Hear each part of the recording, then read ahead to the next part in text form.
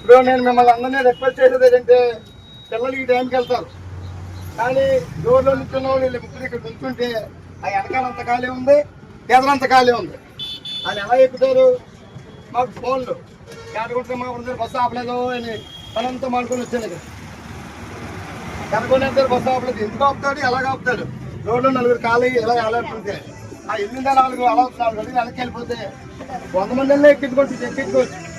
ఆ సంభవం వదిలేసి వెనకాల సంబంధం వెళ్ళిపోతే ఆవిడ అలా ఎదరికెళ్తే ఈ సమస్య ఉంటుందా? మీరు అర్థం చేసుకోండి. హాస్పిటల్కి వెళ్ళిన వాళ్ళు 8 గంటలకి సత్యాన్ని బయలుదేరుతాడు, స్కూల్కి వెళ్ళి పిల్లవాడు అదే టైం బయలుదేరుతాడు, ఆఫీస్కి వెళ్ళి ఎంప్లాయీ కూడా అదే టైం బయలుదేరుతాడు. అంతేనా? మరి ఆ టైంలో మీరు ప్రయాణం చేసేటప్పుడు కొద్దిగా ముందుకు తట్టుకోవాలి కదా. లేదు, ఉదయం 5 గంటల నుంచి బస్సులు ఉంటాయి. ఒకవేళ మీలాగా ప్రయాణంలో వెళ్ళేవాళ్ళు 5 గంటలకు 6 గంటలకు అయితే ఖాళీగా ఉంటుంది. కొద్దిగా సహకరించండి అమ్మా, మేము ఏమంటలేదు.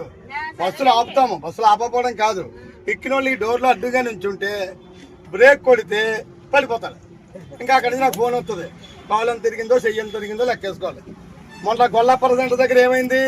బస్సులు వచ్చినాయి, వస్తున్నాయి, వీళ్ళు కంగారుగా ఎదురెళ్ళిపోయాడు.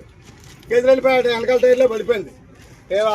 ఎవరు మన దొండవాక రాపాక ఆవిడ కాలు క్రష్ అయిపోయింది, హాస్పిటల్లో ఉంది. ఇప్పుడు ఆ బస్సు కాకపోతే ఇంకో బస్సు 1/2 గంటలో బస్సులు ఉంటాయి. ఎందుకంత తోసేసుకొని ఎక్కాడు? మీకు అలవాట్లేదు. చీరలు అయ్యి కాలు కట్టుగా తగులుకుంటాయి. ఎందుకు ఎక్కుతూ మగోడు అంటే ఎక్కేస్తాడు, దూకేస్తాడు.